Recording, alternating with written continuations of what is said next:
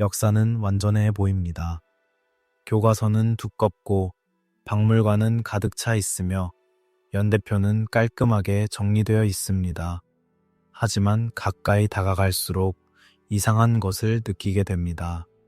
침묵이 들립니다. 말하지 않는 것들의 무게가 느껴집니다. 우리가 아는 인류의 이야기는 겨우 몇천 년에 불과합니다. 문자로 기록된 역사는 고작 5,000년, 길게 잡아도 6,000년 정도입니다. 그런데 지구는 40억 년이 넘는 시간을 살아왔고 현생 인류는 적어도 20만 년 이상 이 땅을 걸어왔습니다. 이 불균형은 단순한 숫자의 문제가 아닙니다. 이것은 거대한 침묵입니다. 우리는 흔히 기록되지 않은 시간을 비어있는 것으로 생각합니다. 아무것도 일어나지 않았던 시간, 원시적이고 단순했던 시간, 역사가 시작되기 전의 어둠. 하지만 정말 그럴까요? 비어있는 것과 지워진 것은 다릅니다. 아무것도 없었던 것과 흔적이 사라진 것은 완전히 다른 이야기입니다. 돌이 부서지고 나무가 썩고 금속이 녹슬고 종이가 재가 되고 기억이 흐릿해지는 동안 시간은 아무 말 없이 지나갑니다. 그리고 우리는 남은 것만 보고 전부라고 믿습니다. 잊힌 문명이라는 말을 들으면 많은 사람들은 음모론을 떠올립니다. 외계인, 초고대 문명, 신비로운 기술. 하지만 이 이야기는 그런 것이 아닙니다. 이것은 훨씬 더 평범하고 훨씬 더 슬프고 훨씬 더 자연스러운 이야기입니다. 시간은 모든 것을 지웁니다. 예외 없이.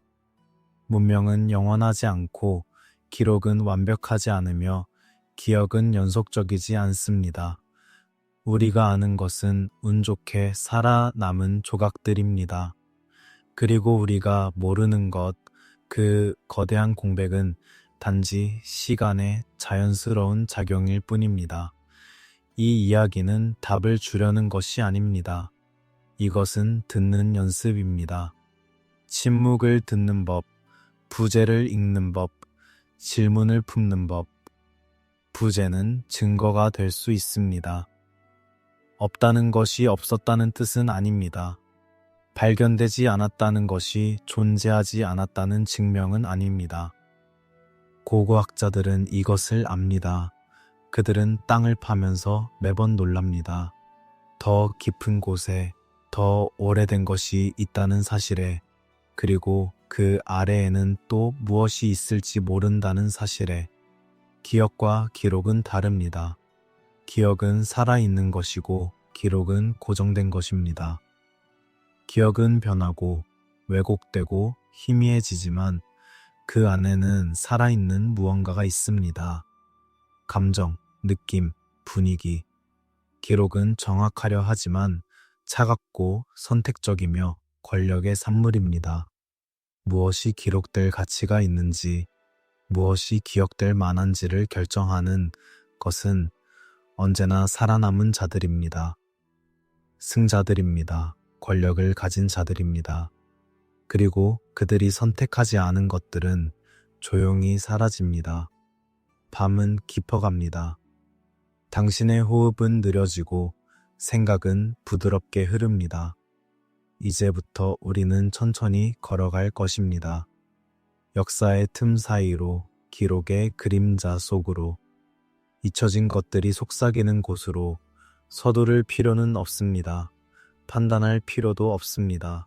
그저 듣기만 하면 됩니다. 침묵이 말하는 것을, 부제가 가리키는 것을, 시간이 지운 것들이 남긴 윤곽을. 우리가 알고 있는 역사는 얇습니다. 놀라울 정도로 얇습니다. 종이처럼 얇고 유리처럼 깨지기 쉽습니다. 그 아래에는 무엇이 있을까요? 우리가 모르는 이야기들은 얼마나 많을까요? 지구는 얼마나 많은 문명을 잊어버렸을까요? 이 질문은 답을 원하지 않습니다. 이 질문은 그저 당신과 함께 밤을 지새우고 싶어 합니다. 천천히, 조용히, 깊은 잠 속으로 함께 가라앉으면서 시간에 대해 생각해 봅시다. 정말로 생각해 봅시다. 인류가 문자를 발명한 것은 기원전 3000년 정도입니다. 수메르의 쐐기 문자, 이집트의 상형 문자. 그 이전에는 무엇이 있었을까요? 우리는 그것을 선사시대라고 부릅니다. 역사 이전의 시대, 마치 역사가 없었던 것처럼. 하지만 역사가 없었던 것이 아니라 기록이 없었던 것입니다. 사람들은 살았습니다. 사랑하고 두려워하고 희망하고 꿈꾸고 창조하고 파괴했습니다. 그들의 삶은 우리만큼 복잡하고 풍부하고 의미로 가득했을 것입니다. 하지만 그들은 글을 남기지 않았습니다. 혹은 남긴 글이 사라졌습니다. 그래서 우리는 그들을 모릅니다. 20만 년입니다. 현생 인류가 걸어온 시간, 해부학적으로 현대인과 동일한 인간이 이 지구에 나타난 이후의 시간, 20만 년 동안 무엇을 했을까요? 그저 돌을 깨고 불을 피우고 동굴에 살았을까요? 그렇게만 생각하기에는 시간이 너무 깁니다. 20만 년이라는 것은 5,000년짜리 문명이 40번 일어나고 사라질 수 있는 시간입니다. 1,000년짜리 제국이 200번 흥망할 수 있는 시간입니다. 물론 그들이 모두 문명을 이루었다는 뜻은 아닙니다. 하지만 가능성입니다. 우리가 모르는 가능성입니다. 지구는 기억합니다. 인간은 잊어도 지구는 기억합니다. 빙하 코어 속에 갇힌 고대의 공기, 퇴적층에 새겨진 시간의 흔적, 화석이 된 생명의 흔적들, 과학자들은 이것들을 읽습니다. 얼음을 뚫고 땅을 파고 바다 밑을 탐사하며 지구의 기억을 읽어냅니다. 그리고 그들이 발견하는 것은 놀랍습니다. 지구는 변덕스럽습니다. 기후는 갑자기 변하고 해수면은 급격히 오르고 화산은 예고 없이 폭발하며 때로는 하늘에서 불덩이가 떨어집니다. 안정적인 것은 아무것도 없습니다. 우리가 살고 있는 이 온화한 시대, 홀로세라고 불리는 이 1만 년은 예외적으로 평화로운 시기입니다. 그 이전은 혼돈이었습니다. 인간은 오래 살았지만 기억은 짧습니다. 이것은 역설입니다. 생물학적으로는 오래되었지만 문화적으로는 어립니다. 우리는 조상들의 이야기를 듣습니다. 할머니의 할머니까지는 들을 수 있습니다. 하지만 그 너머는 안개입니다. 구전 전통이 있는 사회에서도 기억은 고작 몇백 년을 넘지 못합니다. 1000년을 넘어가면 신화가 됩니다. 2000년을 넘어가면 전설이 됩니다. 5000년을 넘어가면 아무것도 남지 않습니다. 침묵만이 남습니다. 초기 지질학자들은 불안했습니다. 19세기 그들이 처음으로 지층을 체계적으로 연구하기 시작했을 때 그들은 시간의 깊이에 압도당했습니다. 성경은 지구가 6000년 되었다고 말했지만 돌들은 수백만 년, 수억 년을 말했습니다. 이것은 당혹스러운 발견이었습니다. 그리고 더 당혹스러운 것은 생명의 흔적이었습니다.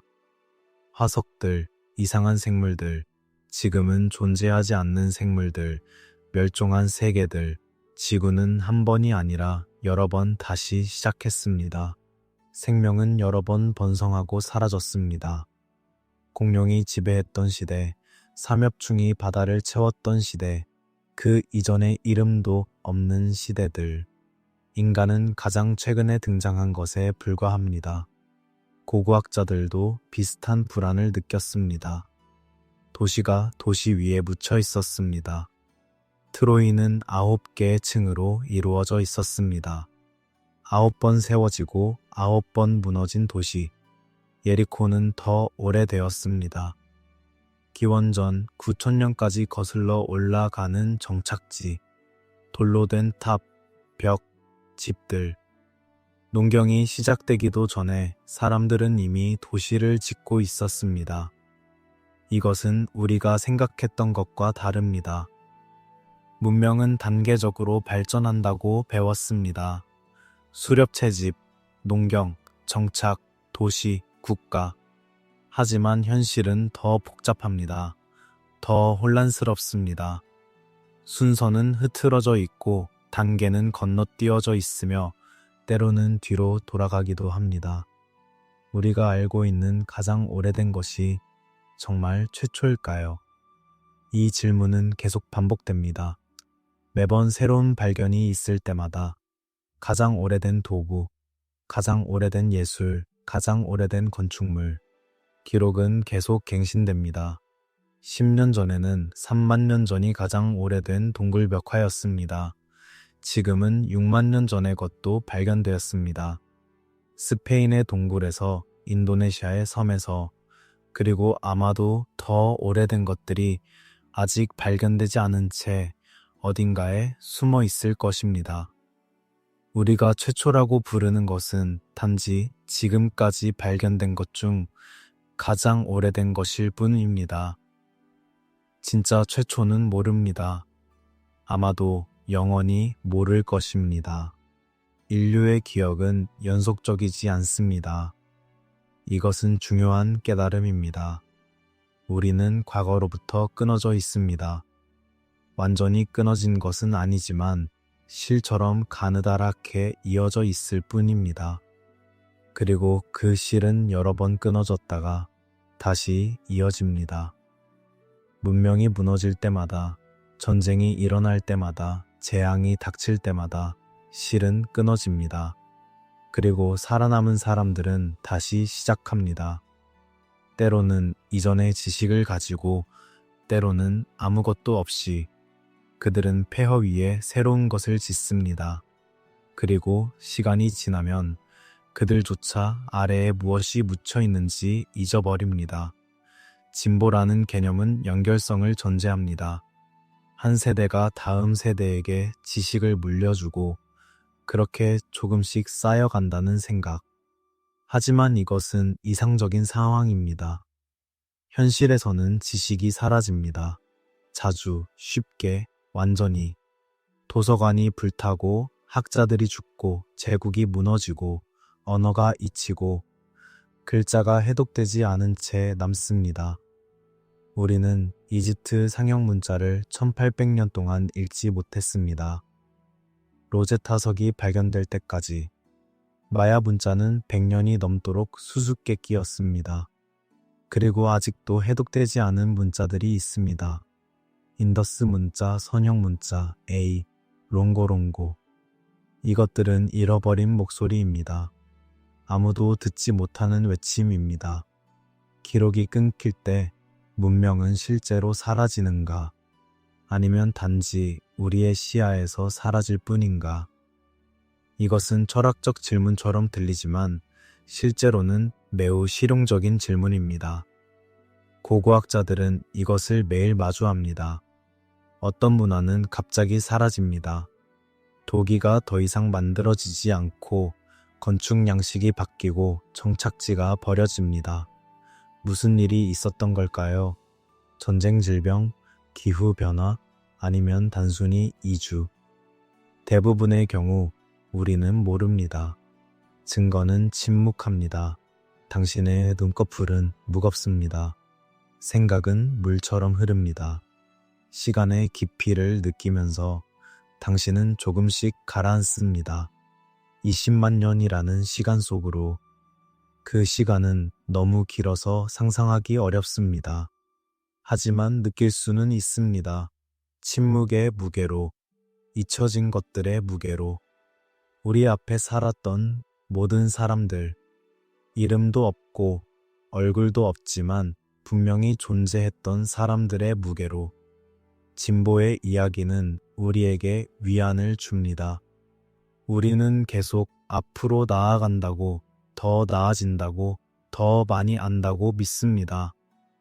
석기 시대에서 청동기 시대로, 청동기 시대에서 철기 시대로, 수렵채집에서 농경으로, 농경에서 도시로, 도시에서 국가로, 깔끔한 단계들, 명확한 발전. 하지만 이것은 단순화된 이야기입니다. 교과서를 위해 정리된 이야기입니다. 실제 역사는 훨씬 더 지저분합니다. 고고학 기록을 자세히 보면 반복되는 패턴이 있습니다. 단절입니다. 후퇴입니다. 청동기 시대의 붕괴를 생각해 봅시다. 기원전 1200년경 동지중해 전역에서 동시다발적으로 문명들이 무너졌습니다. 미케네, 히타이트, 가나안 도시 국가들, 심지어 이집트까지. 궁전들이 불탔고 도시들이 버려졌으며 문자 사용이 중단되었습니다. 그리스는 암흑시대로 들어갔습니다. 400년 동안 기록이 없습니다. 400년 동안 침묵입니다. 그 시간 동안 무슨 일이 있었는지 우리는 거의 모릅니다. 그리고 그들 자신도 기억하지 못했습니다. 호메로스가 트로이 전쟁을 노래할 때 그것은 이미 전설이었습니다. 실제 역사가 아니라 신화였습니다. 기술이 사라집니다. 이것은 놀라운 일입니다. 한번 발명된 기술은 영원히 남아야 할 것 같지만 그렇지 않습니다. 로마가 무너진 후 유럽은 콘크리트 만드는 법을 잊어버렸습니다. 1000년이 넘도록 잊었습니다. 로마의 콘크리트는 물속에서도 굳는 놀라운 재료였습니다. 현대의 콘크리트보다 어떤 면에서는 더 우수했습니다. 하지만 그 비법은 사라졌습니다. 중세 유럽 사람들은 로마의 건축물을 보면서 경탄했지만 재현할 수 없었습니다. 그들은 그것을 거인들의 작품이라고 생각했습니다. 초자연적인 존재들의 작품이라고. 다마스쿠스 강철도 마찬가지입니다. 중세 시리아의 대장장이들이 만들었던 놀라운 강철. 믿을 수 없이 단단하면서도 유연했고 물결 무늬가 아름다웠습니다. 십자군들은 이 검을 두려워했습니다. 하지만 그 제조법은 18세기에 사라졌습니다. 왜 사라졌는지도 모릅니다. 아마도 핵심 기술을 가진 장인이 제자를 두지 못하고 죽었을 것입니다. 아마도 필요한 원료를 구할 수 없게 되었을 것입니다. 이유야, 어찌됐든 결과는 같습니다. 지식이 사라졌습니다. 그리스 화약이라고 불리는 것도 있습니다. 비잔틴 제국의 비밀 무기, 물 위에서도 타는 불, 적의 함대를 불태우는 무시무시한 무기. 1000년 동안 비잔틴을 지켰습니다. 하지만 제국이 무너지면서 그 비법도 함께 사라졌습니다. 지금도 정확한 성분은 모릅니다. 학자들은 추측만 할 뿐입니다. 문명이 무너질 때 지식은 어떻게 사라지는가? 천천히 생각해 봅시다. 재앙이 닥칩니다. 전쟁이든 역병이든 기근이든 지진이든 사람들은 혼란에 빠집니다. 우선순위가 바뀝니다. 생존이 최우선이 됩니다. 먹을 것을 찾고 안전한 곳을 찾고 가족을 보호하는 것. 이런 상황에서 무엇이 먼저 사라질까요? 예술입니다. 철학입니다. 과학입니다. 기록입니다. 이런 것들은 사치입니다. 안정된 사회에서만 유지될 수 있는 사치입니다. 학자들이 죽습니다. 도서관이 불탑니다. 학교가 문을 닫습니다. 그리고 살아남은 사람들은 바쁩니다. 다시 짓는데 바쁩니다. 살아가는데 바쁩니다. 그들의 자녀들은 예전 세대만큼 교육받지 못합니다. 손자 세대는 더 적게 합니다. 증조손 세대에 이르면 이전의 지식은 거의 신화가 됩니다. 우리 조상들은 위대했다는 막연한 기억만 남습니다. 구체적으로 무엇을 알았는지, 어떻게 했는지는 사라집니다. 후대가 이전 문명의 유산을 이해하지 못한 채 재사용한 사례들이 많습니다. 중세 유럽에서 로마의 대리석 조각상들은 석회로 구워졌습니다. 예술 작품으로서의 가치를 몰랐기 때문입니다. 그저 석회를 만들기 좋은 돌덩거리였습니다.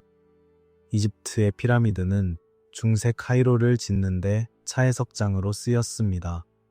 남미의 스페인 정복자들은 잉카의 금 장식품들을 녹여서 금괴로 만들었습니다.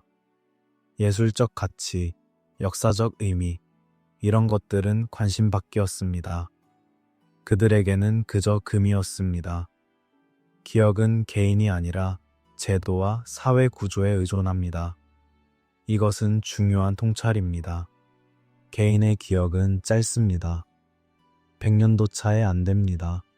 하지만 사회는 더 오래 기억할 수 있습니다. 어떻게 제도를 통해서입니다. 학교, 도서관, 신전, 길드, 궁정, 이런 곳에서 지식이 보존되고 전달되고 가르쳐집니다. 하지만 이 제도들이 무너지면 기억도 함께 무너집니다. 사원이 파괴되고 사제들이 죽으면 의례가 잊힙니다. 길드가 해체되면 기술이 사라집니다. 대학이 문을 닫으면 학문이 중단됩니다. 한번 잃어버린 지식은 다시 돌아오지 않을 수도 있습니다. 이것은 불안한 생각입니다. 우리는 지식이 누적된다고 믿습니다. 한번 발견된 것은 영원히 남는다고. 하지만 역사는 다른 것을 보여줍니다. 지식은 취약합니다. 보존하려는 지속적인 노력이 없으면 사라집니다. 그리고 그 노력은 안정적인 사회를 필요로 합니다. 평화, 여유, 자원, 이런 것들이 사라지면 지식도 사라집니다. 진보가 아니라 맥동입니다. 문명은 직선으로 발전하지 않습니다. 파동처럼 올라갔다 내려갔다 합니다.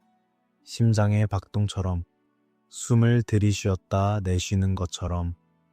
복잡해졌다가 단순해지고 다시 복잡해집니다. 지식이 쌓였다가 흩어지고 다시 쌓입니다. 이것이 더 정확한 그림입니다. 역사는 계단이 아니라 파도입니다. 밤 공기는 고요합니다. 당신의 호흡은 깊고 느립니다. 이런 생각들이 당신의 마음을 스쳐 지나갑니다. 무겁지 않게, 부담스럽지 않게, 그저 흐르는 물처럼. 진보의 환상은 깨지지만 절망할 필요는 없습니다. 이것은 단지 현실입니다. 인간이라는 존재의 조건입니다. 우리는 완벽하지 않습니다. 우리의 기억은 완벽하지 않습니다. 우리의 기록은 완벽하지 않습니다. 하지만 그럼에도 불구하고 우리는 계속 노력합니다.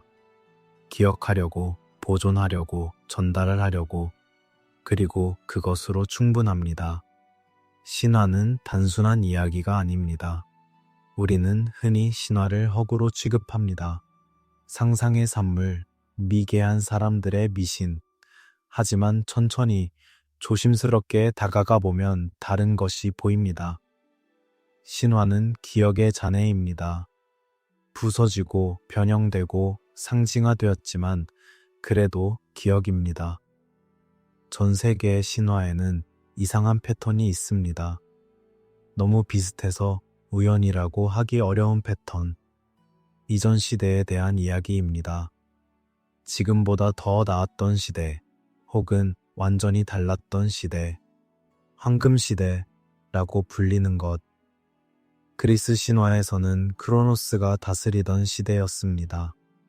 사람들은 일하지 않아도 되었고, 땅은 저절로 열매를 맺었으며 질병과 노화가 없었습니다.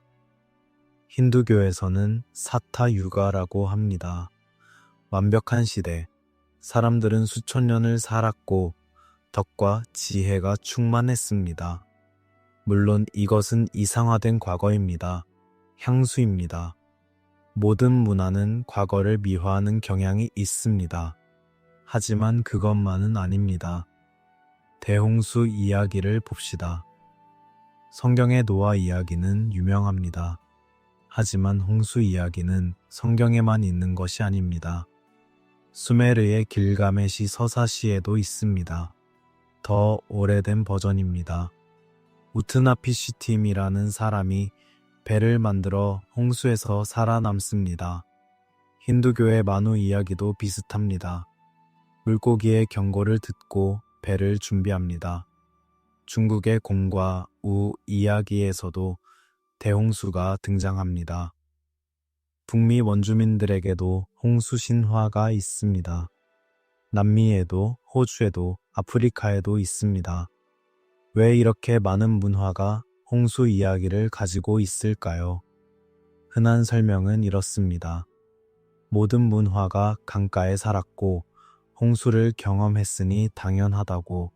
하지만 그것으로는 설명되지 않는 것이 있습니다. 이야기들의 규모입니다. 이것은 강이 범람이 아닙니다. 세상을 뒤덮는 홍수입니다. 산까지 덮는 홍수입니다. 거의 모든 인류가 죽는 홍수입니다. 마지막 빙하기가 끝날 때를 생각해 봅시다. 10,000년 전쯤입니다. 얼음이 녹았습니다. 엄청난 양의 얼음이 수천 년에 걸쳐 천천히 그러나 멈추지 않고 녹았습니다. 해수면이 올랐습니다. 100m 이상 올랐습니다. 해안선은 완전히 바뀌었습니다. 평야가 바다가 되었습니다. 섬들이 사라졌습니다. 만약 그곳에 사람들이 살고 있었다면, 만약 거기에 마을이 있었다면, 도시가 있었다면, 그들은 떠나야 했을 것입니다. 천천히 세대에 걸쳐 바다가 조금씩 다가오는 것을 보면서 그리고 그 기억은 남았을 것입니다. 우리가 살던 땅이 물에 잠겼다는 기억, 세대를 거쳐 전해지면서 변형되고 과장되고 신화가 되었을 것입니다. 하늘의 붕괴라는 모티브도 있습니다. 중국 신화에서 하늘이 무너지는 이야기, 북유럽의 라그나로크에서 하늘이 갈라지는 이야기, 이것은 무엇을 기억하는 걸까요? 혜성의 충돌, 화산의 대폭발, 우리는 모릅니다. 하지만 무언가 두려운 일이 하늘에서 일어났다는 기억은 남아 있습니다. 신들의 철수라는 주제도 흥미롭습니다. 많은 신화에서 신들은 처음에는 인간과 함께 살았습니다. 하지만 어느 시점에 떠났습니다. 멀리 떠났습니다. 하늘로, 산 너머로, 바다 건너로. 왜 인간이 타락해서, 혹은 세상이 변해서, 혹은 시대가 끝나서, 이것은 무엇을 상징하는 걸까요? 혹시 실제로 더 발전된 집단이 있었고 그들이 떠났다는 기억일까요? 아니면 단순히 과거가 더 나았다는 보편적 감정의 표현일까요? 신화를 단순한 상징으로 치부해 온 것은 현대적 태도입니다. 계몽주의 이후 우리는 신화와 역사를 엄격하게 구분하려 했습니다. 신화는 허구이고 역사는 사실이라고. 하지만 이 구분은 너무 단순합니다. 신화는 사실이 아닐 수 있지만 진실을 담고 있을 수 있습니다. 경험의 진실, 감정의 진실, 기억의 진실. 문자 이전 사회에서 신화는 중요한 역할을 했습니다. 신화는 단순히 오락이 아니었습니다. 신화는 교과서였습니다. 법전이었습니다. 역사책이었습니다. 철학책이었습니다. 신화를 통해 사회의 가치관이 전달되고 행동 규범이 가르쳐지고 세계관이 형성되었습니다. 그리고 과거의 기억도 신화를 통해 전달되었습니다. 반복되는 구조는 공유된 경험을 암시합니다. 너무나 많은 문화가 비슷한 이야기를 한다는 것은 우연이 아닐 수 있습니다. 물론 인간 심리의 보편성으로 설명할 수도 있습니다. 모든 인간은 비슷한 두려움, 비슷한 희망을 가지고 있고 따라서 비슷한 이야기를 만들어낸다고. 이것도 맞습니다. 하지만 전부는 아닙니다. 어떤 세부 사항들은 너무 구체적입니다. 너무 일치합니다. 정확성은 희생되고 의미는 살아남습니다. 이것이 구전전승의 특징입니다. 이야기가 입에서 입으로 전해지면서 사실은 흐려집니다. 숫자는 과장됩니다. 세부 사항은 변합니다. 하지만 핵심 메시지는 남습니다. 큰 재앙이 있었다. 조상들이 고통받았다. 세상이 달랐다. 조심해야 한다. 이런 메시지들은 살아남습니다. 왜냐하면 중요하기 때문입니다. 생존에 관련되기 때문입니다. 신화를 역사에서 분리할 때 우리는 무엇을 잃는가? 우리는 오래된 기억에 접근할 기회를 잃습니다. 물론 신화를 문자 그대로 해석해서는 안 됩니다. 산이 걸어 다녔다는 이야기를 사실로 받아들일 수는 없습니다. 하지만 완전히 무시해서도 안 됩니다. 신화는 암호입니다. 상징으로 가득한 암호. 그 안에는 실제 사건의 흔적이 남아 있을 수 있습니다. 우리의 과제는 그것을 조심스럽게 해독하는 것입니다. 홍수 신화와 지질학적 해수면 상승의 연결은 하나의 예입니다. 과학은 해수면이 실제로 급격히 올랐던 시기들이 있었음을 보여줍니다. 신화는 그 기억을 보존하고 있을 수 있습니다. 완벽하지 않게, 왜곡되게, 하지만 그래도 양쪽을 함께 보면 더 완전한 그림이 나옵니다. 과학은 무슨 일이 일어났는지 알려주고, 신화는 그것이 사람들에게 어떻게 느껴졌는지 알려줍니다. 신화가 속삭이는 것은 오래된 불안입니다. 세상은 안정적이지 않다는 불안, 언제든 모든 것이 사라질 수 있다는 불안, 우리가 소중히 여기는 것들이 취약하다는 불안, 이 불안은 근거가 있습니다. 역사는 그것을 증명합니다. 문명은 무너집니다. 도시는 버려집니다. 사람들은 흩어집니다. 그리고 다음 세대는 폐허를 보면서 궁금해합니다. 여기에 누가 살았을까? 무슨 일이 있었을까? 당신은 꿈과 현실 사이 어딘가에 있습니다. 신화의 목소리가 들립니다. 멀리서 희미하게, 하지만 분명하게 그들은 경고하고 있습니다. 기억하라고, 조심하라고, 겸손하라고, 우리가 첫 번째가 아니라고, 마지막도 아닐 거라고. 바다는 비밀을 간직합니다. 우리가 상상하는 것보다 훨씬 많은 비밀을. 해수면은 항상 지금처럼 높지 않았습니다. 마지막 빙하기 동안 2만 년 전쯤 해수면은 지금보다 120m나 낮았습니다. 120m입니다. 상상해 보세요. 그것이 얼마나 많은 땅인지. 대륙붕이 드러나 있었습니다. 지금은 바다 밑에 잠긴 얕고 넓은 지대들, 북해 전체가 평야였습니다. 도거랜드라고 불리는 곳, 영국과 유럽 대륙을 연결하는 비옥한 땅. 거기에는 강이 흐르고 숲이 있었고 동물들이 살았습니다. 그리고 사람들도 살았습니다. 우리는 압니다. 어부들이 가끔 그곳에서 유물을 건져 올리기 때문입니다. 도구, 뼈, 때로는 매머드의 이빨. 동남아시아를 봅시다. 지금은 수많은 섬들로 이루어진 지역입니다. 인도네시아, 필리핀, 말레이시아. 하지만 빙하기 동안 이것들은 대륙이었습니다. 순다랜드라고 불립니다. 아시아 본토와 연결된 거대한 땅덩어리. 지금의 남중국해, 자바해, 타이만이 모두 땅이었습니다. 얼마나 넓었는지 아십니까? 인도 아대륙만 한 크기였습니다. 베링 해협도 마찬가지입니다. 알래스카와 시베리아를 연결하는 다리가 있었습니다. 베링기아, 인류가 아메리카로 건너간 길. 하지만 그것은 단순한 다리가 아니었습니다. 넓은 평원이었습니다. 1000km 이상. 거기에도 생태계가 있었고 사람들이 살았을 것입니다. 이 모든 땅이 물에 잠겼습니다. 천천히 수천 년에 걸쳐. 하지만 멈추지 않고 얼음이 녹으면서 바다가 올라왔습니다. 해안선은 해마다 조금씩 안쪽으로 이동했습니다. 몇 미터, 때로는 몇십 미터, 세대마다 풍경이 달랐을 것입니다.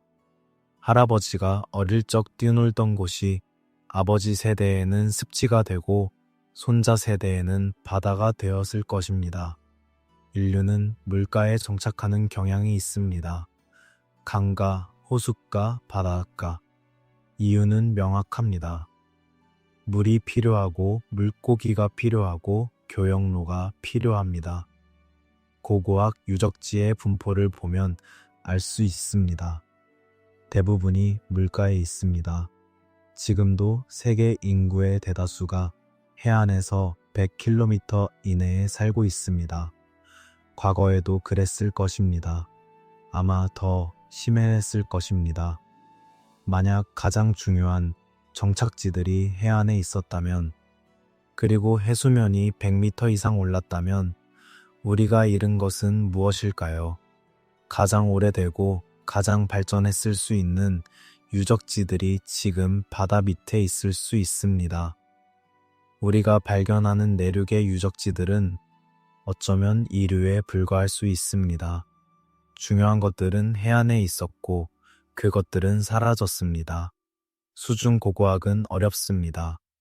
땅을 파는 것도 힘들지만 바다 밑을 조사하는 것은 훨씬 더 어렵습니다. 깊이에 문제가 있습니다. 잠수부가 도달할 수 있는 깊이는 제한적입니다. 장비를 사용해도 한계가 있습니다. 시야의 문제도 있습니다. 물속은 어둡습니다. 퇴적물이 시야를 가립니다. 넓은 지역을 체계적으로 조사하는 것은 거의 불가능합니다. 비용의 문제도 큽니다. 수중 탐사는 비쌉니다. 배, 장비, 전문 인력, 이런 것들에는 돈이 많이 듭니다. 그래서 대부분의 수중 고고학은 이미 알려진 난파선이나 특정 장소에 집중됩니다. 광범위한 탐사는 드뭅니다. 예산이 없기 때문입니다. 그리고 보존의 문제가 있습니다. 바다는 파괴적일 수 있습니다. 파도, 해류, 염분, 이런 것들은 유기물을 빠르게 분해합니다. 나무, 뼈, 천, 종이, 이런 것들은 바다에서 오래 버티지 못합니다. 돌이나 도기는 남을 수 있지만 나머지는 사라집니다. 그리고 고대 사회의 많은 것들이 유기물로 만들어졌습니다. 하지만 때로는 바다가 보호하기도 합니다. 차갑고 깊은 물속 퇴적물에 묻혀 산소가 차단된 곳에서는 유기물이 놀랍도록 잘 보존됩니다. 발트해에서 발견되는 난파선들은 수백 년이 지났어도 목재가 온전합니다. 흑해의 깊은 곳은 무산소 환경이라 분해가 거의 일어나지 않습니다. 바다 아래 구조물에 대한 논쟁이 있습니다. 일본의 요나군이 해저, 지형, 거대한 돌 구조물처럼 보이는 것, 계단, 테라스, 직각, 자연적으로 형성된 것인가, 인공적으로 만들어진 것인가. 학자들은 의견이 갈립니다. 대부분은 자연 지형이라고 말합니다. 퇴적암이 침식되면서 그런 모양이 만들어질 수 있다고, 하지만 일부는 너무 정교하다고 주장합니다. 너무 규칙적이라고. 논쟁은 계속됩니다. 인도 해안의 캄베이만에서도 구조물이 발견되었다고 주장되었습니다. 돌로 된 벽, 계획된 도시의 흔적. 하지만 확실하지 않습니다. 이미지는 흐릿하고 증거는 불완전합니다. 일부 학자들은 흥분했지만 다른 학자들은 회의적입니다. 더 많은 연구가 필요합니다. 하지만 그 연구는 쉽지 않습니다. 지중해에는 수많은 고대 항구가 물에 잠겨 있습니다. 이것들은 논쟁의 여지가 없습니다. 명백히 인공 구조물입니다. 부두, 방파제, 창고, 로마 시대, 그리스 시대, 그 이전. 이것들을 연구하면서 우리는 고대 항구 기술에 대해 많이 배웁니다. 하지만 이것들은 비교적 최근의 것입니다. 몇천 년 전, 우리가 궁금한 것은 그보다 훨씬 오래된 것입니다. 10,000년 전, 20,000년 전, 접근성의 문제는 심각합니다. 우리가 발견하고 연구하는 유적지들은 대부분 접근하기 쉬운 곳에 있습니다. 땅 위에, 얕은 곳에, 사람이 사는 곳 근처에. 하지만 중요한 것들이 꼭 그런 곳에 있을 이유는 없습니다. 오히려 반대일 수 있습니다. 가장 오래되고 중요한 유적지들은 지금은 접근하기 어려운 곳에 있을 수 있습니다. 바다 밑에, 정글 깊숙이, 사막 한가운데, 얼음 아래. 우리가 알고 있는 것은 찾기 쉬웠던 것입니다. 우연히 발견되거나 전설로 전해지거나 명백하게 드러나 있거나. 하지만 숨어 있는 것들은 어떻게 찾을까요? 어디를 봐야 할지 모르면 찾을 수 없습니다. 그리고 어디를 봐야 할지 알려면 이미 무언가를 알아야 합니다. 순환 논리입니다.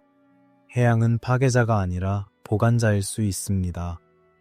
이것은 관점의 전환입니다. 우리는 바다를 증거를 지운 것으로 생각하는 경향이 있습니다. 하지만 바다는 또한 증거를 보존했을 수 있습니다. 육지에서는 사라졌을 것들을 바다는 간직하고 있을 수 있습니다. 차갑고 어두운 깊이에서 조용히 우리가 발견하기를 기다리면서 신화 속 가라앉은 땅의 의미를 다시 생각해 봅시다. 아틀란티스는 가장 유명합니다. 플라톤이 쓴 이야기, 강력했던 섬나라가 하루아침에 바다에 가라앉았다는. 대부분의 학자들은 이것을 우화로 봅니다. 철학적 가르침을 위한 허구. 하지만 왜 하필 가라앉은 섬이었을까요? 다른 방식으로도 교훈을 전달할 수 있었을 텐데. 웨일스의 전설에는 칸트레의 과와인이 있습니다. 카디건만 아래 잠긴 왕국. 아일랜드에는 브라질, 브리타니에는 이스. 모두 바다에 가라앉은 땅에 대한 이야기입니다. 태평양의 많은 문화들도 비슷한 전설을 가지고 있습니다. 마오리족, 하와이 원주민, 폴리네시아의 여러 섬들, 조상들이 살던 땅이 물에 잠겼다는 이야기. 이것들이 모두 실제 사건의 기억일까요? 아마 일부는 그럴 것입니다. 해수면 상승은 실제로 일어났습니다. 천천히, 하지만 확실하게 사람들은 그것을 경험했고 기억했을 것입니다. 그 기억이 신화가 되었을 것입니다. 과장되고 극적으로 만들어지고 도덕적 교훈이 덧붙여지면서 이침이 아니라 숨겨짐입니다. 이것이 핵심입니다. 그 문명들은 사라진 것이 아니라 단지 우리 시야에서 벗어난 것입니다. 물속에, 땅속 깊이, 우리가 아직 보지 못한 곳에. 그들은 여전히 거기 있습니다. 조용히, 인내심 있게 발견되기를 기다리면서. 바다의 호흡은 느립니다. 밀물과 썰물, 계절의 변화, 해류의 순환, 모든 것이 거대한 리듬 속에서 움직입니다. 인간의 시간보다 훨씬 긴 리듬. 우리의 급한 걸음은 바다에게는 한숨 사이의 순간입니다. 우리의 문명 전체가 파도 하나가 해안에 닿는 시간만큼 짧을 수 있습니다. 당신의 호흡도 느려집니다. 바다의 호흡과 함께 밀려왔다 썰물처럼 물러가는 생각들. 깊은 곳에 무엇이 있는지 궁금해하면서 당신은 조금씩 잠의 바다로 가라앉습니다. 돌은 거짓말하지 않습니다. 돌은 말하지 않기 때문입니다. 돌은 그저 있을 뿐입니다. 하지만 그 존재 자체가 질문입니다. 특히 그 돌들이 불가능해 보이는 방식으로 배열되어 있을 때 거석 구조물들을 봅시다. 세계 곳곳에 있습니다. 너무 무거워서 움직이기 어려워 보이는 돌들.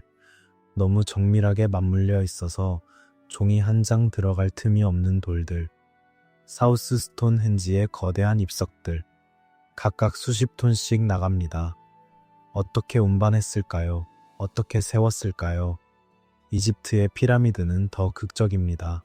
100만 개 이상의 돌블록, 각각 평균 2.5톤, 가장 큰 것은 80톤이 넘습니다. 어떻게 채석장에서 잘라냈고, 어떻게 옮겼으며, 어떻게 쌓아 올렸을까요? 페루의 쿠스코에 있는 삭사이와만을 봅시다. 잉카 유적이라고 알려져 있지만 잉카인들 자신도 이것을 지은 것이 자기들이 아니라고 말했습니다. 훨씬 이전 사람들의 작품이라고. 돌들이 퍼즐처럼 맞물려 있습니다. 직선이 아닙니다. 복잡한 곡선과 각도로. 하나의 돌이 12개의 각을 가지고 주변의 돌들과 정확하게 맞물립니다. 틈새가 없습니다. 칼날을 넣을 수도 없습니다. 레바논의 바알베크 신전. 로마 시대의 건축물이지만 기초는 훨씬 더 오래되었습니다.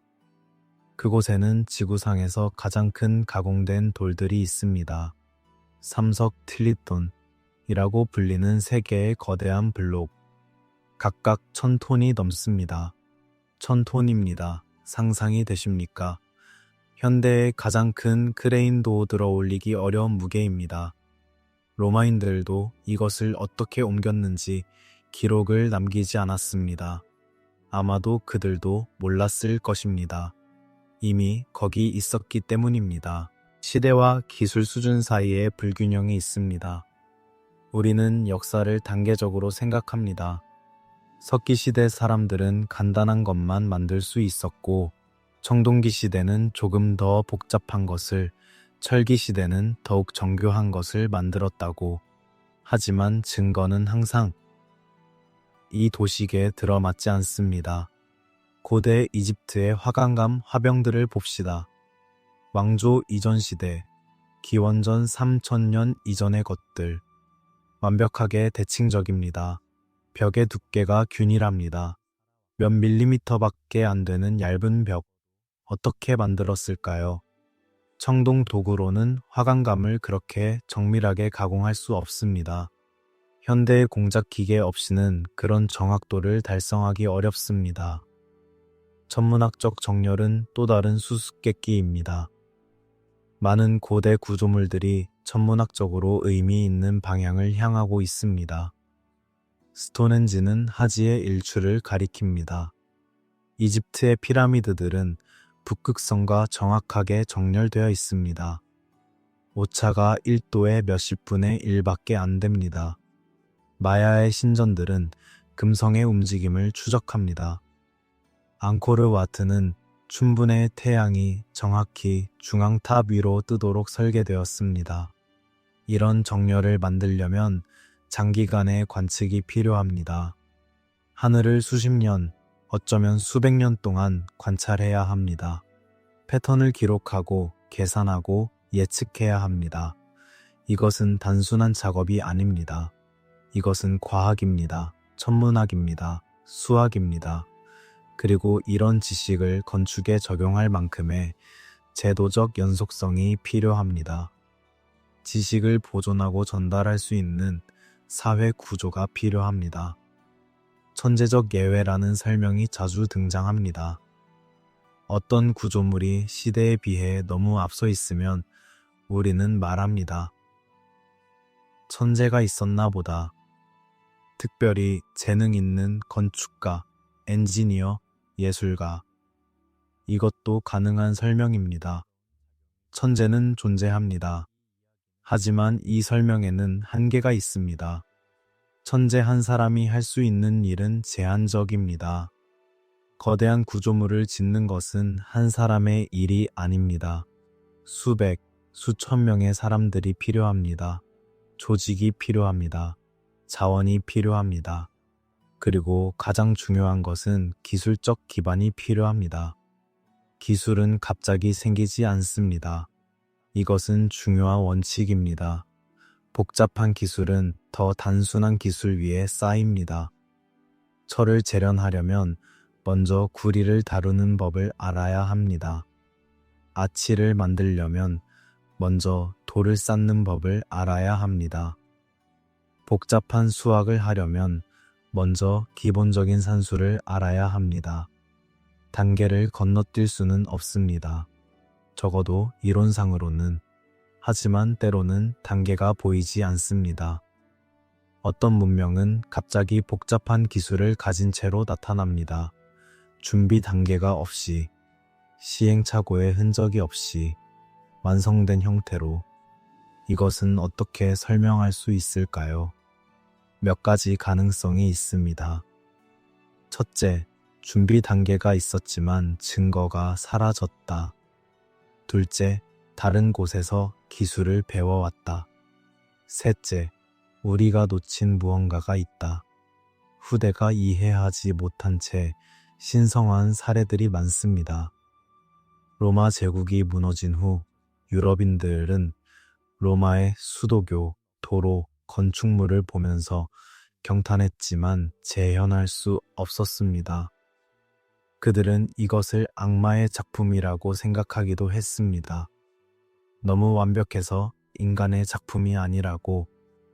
잉카인들은 삭사이와만의 돌을 보면서 신들이 만든 것이라고 믿었습니다. 이집트인들조차 대피라미드가 누가 지었는지 확실히 알지 못했습니다. 쿠프 왕이라고 전해지지만 그것도 추측에 가깝습니다. 돌이 남긴 것은 메시지가 아닙니다. 메시지를 읽으려면 문자가 필요합니다. 하지만 대부분의 거석 구조물에는 문자가 없습니다. 장식도 최소한입니다. 그저 돌일 뿐입니다. 배열된 돌, 쌓인 돌, 세워진 돌. 그들이 남긴 것은 질문입니다. 왜, 어떻게, 무엇을 위해?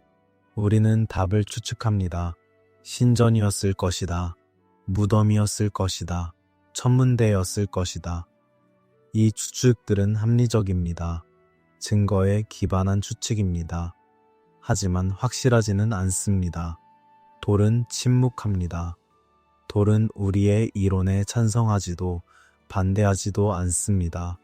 그저 거기 있을 뿐입니다.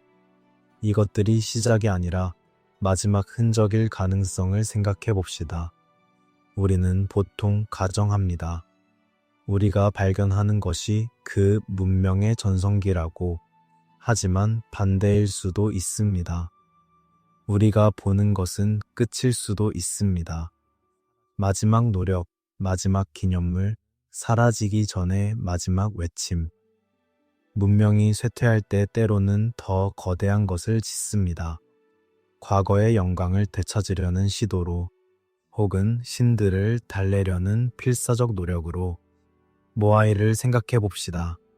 이스터 섬의 거대한 석상들, 수백 개, 점점 더 커지고 더 정교해집니다. 하지만 이것이 만들어질 때 섬의 생태계는 붕괴하고 있었습니다. 나무가 사라지고 토양이 침식되고 자원이 고갈되고 있었습니다. 석상은 더 커졌지만 사회는 무너지고 있었습니다. 우리가 보는 것은 절정이 아니라 몰락입니다. 돌을 하나의 문장 부호로 바라보는 시선이 필요합니다. 문장의 끝을 표시하는 마침표처럼 이야기가 끝나는 지점. 돌은 영속적이기 때문에 남습니다. 하지만 돌만 남는다는 것은 다른 모든 것이 사라졌다는 뜻입니다. 나무로 된 건물, 천으로 된 장식, 종이에 쓰인 지식, 사람들의 기억. 돌만 남았다는 것은 완전한 이야기가 아니라 그림자만 남았다는 뜻입니다. 침묵하는 돌 앞에 서면 이상한 감정이 듭니다. 경외감과 함께 슬픔, 아름다움과 함께 상실감. 누군가 이것을 만들었습니다. 많은 사람들이 오랜 시간 동안 엄청난 노력을 들여. 그들은 이유가 있었을 것입니다. 중요한 이유가. 하지만 그 이유는 사라졌습니다. 돌만 남아서 질문을 던집니다. 영원히. 당신은 돌의 침묵을 듣습니다. 그것은 고요하지만 무겁습니다. 시간의 무게를 가진 침묵. 당신의 생각은 느리게 흐릅니다. 돌처럼 무겁게, 하지만 평화롭게. 질문은 답을 요구하지 않습니다. 질문은 그저 함께 있습니다. 밤의 어둠 속에서 당신과 함께 잠으로 가는 길을 따라. 역사를 공부하다 보면 이상한 순간들을 만납니다. 갑작스러운 등장의 순간들, 마치 무대 위에 배우가 아무런 등장 장면 없이 갑자기 나타나는 것처럼 문명이 그렇게 나타납니다. 준비 없이, 예고 없이 완성된 형태로. 수메르를 생각해 봅시다. 인류 최초의 도시 문명이라고 불립니다. 기원전 4000년경 메소포타미아 남부에 갑자기 도시들이 나타납니다. 우르, 우루크, 에리두. 계획된 거리, 관가의 시스템, 기념비적 건축물, 문자 복잡한 행정체계. 모든 것이 이미 갖추어져 있습니다. 물론 그 이전에도 정착지들이 있었습니다. 작은 마을들. 하지만 마을에서 도시로의 전환이 너무 급격합니다. 마치 누군가 스위치를 켠 것처럼. 이집트 문명도 비슷합니다. 왕조 이전 시대는 비교적 단순합니다. 작은 공동체들, 기본적인 농경.